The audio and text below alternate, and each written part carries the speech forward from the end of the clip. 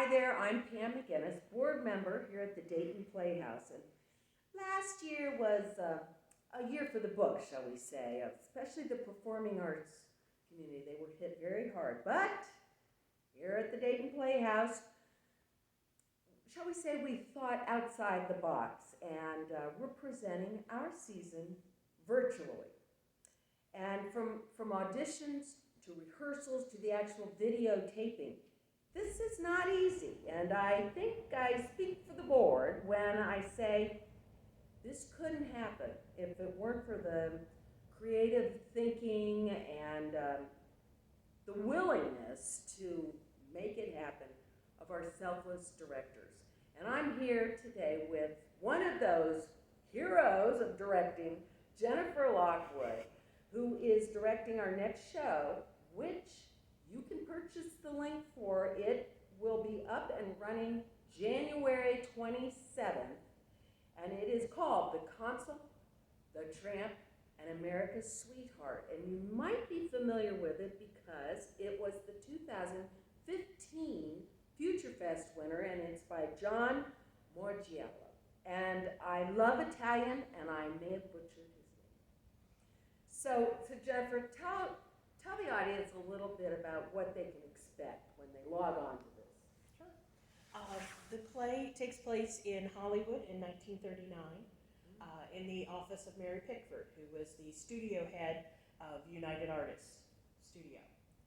And the consul in the title is the Nazi government's liaison with Hollywood. He was well known in the Hollywood circles at the time. And he comes to shut down production of Charlie Chaplin's movie, The Great Dictator, which spoofs Hitler and his regime. So he's kind of holding them hostage, saying, if you do this movie, you won't be able to distribute any of your movies in Germany, which was a great big market for them at the time. This is before the U.S. got into the war, of course. So that's the crux of the play, the debate. Do we stand up for what we think is right, or do we protect jobs? It's similar to the debates that we have now. Yeah. So virtual directing. You have directed many shows over the decades. And in fact, I think you've directed me in a show. Yes. But virtually, I mean, how is this done?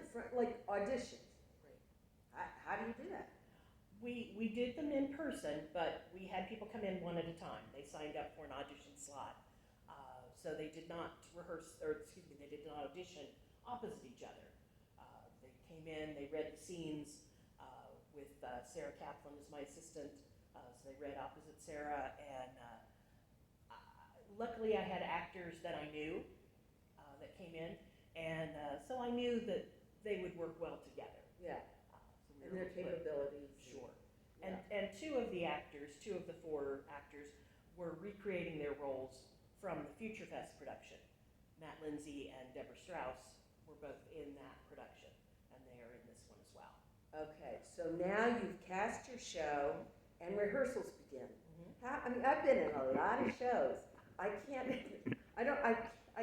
How did you do it? We got started via Zoom. We did read-throughs. Yes. So I had these 4 little pictures on my computer screen. Right.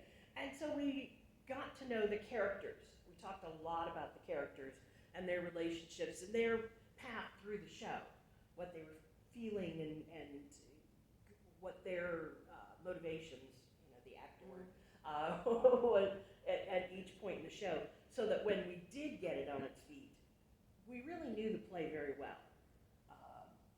And about a week and a half before Christmas, we got it on its feet. We all came here. We were all masked at all times, and distancing when we weren't on stage. And even on stage, they mostly keep their distance. It's not a romantic show, so there's none of that. And we staged it in a week, and after we got it staged, we went back and forth with virtual rehearsals or stage rehearsals, so that we would kind of get a feel for what's going on, but still keep everybody safe. And then I got COVID. So I had to step out for a couple weeks, and thank goodness for Sarah Kaplan, who has also done a lot. Yeah, absolutely. yeah. She knew the play. She knows what I was going for, and has great ideas of her own. And so she stepped in and handled those rehearsals while I had to be quarantined. And I came back to tech, and they were completely prepared.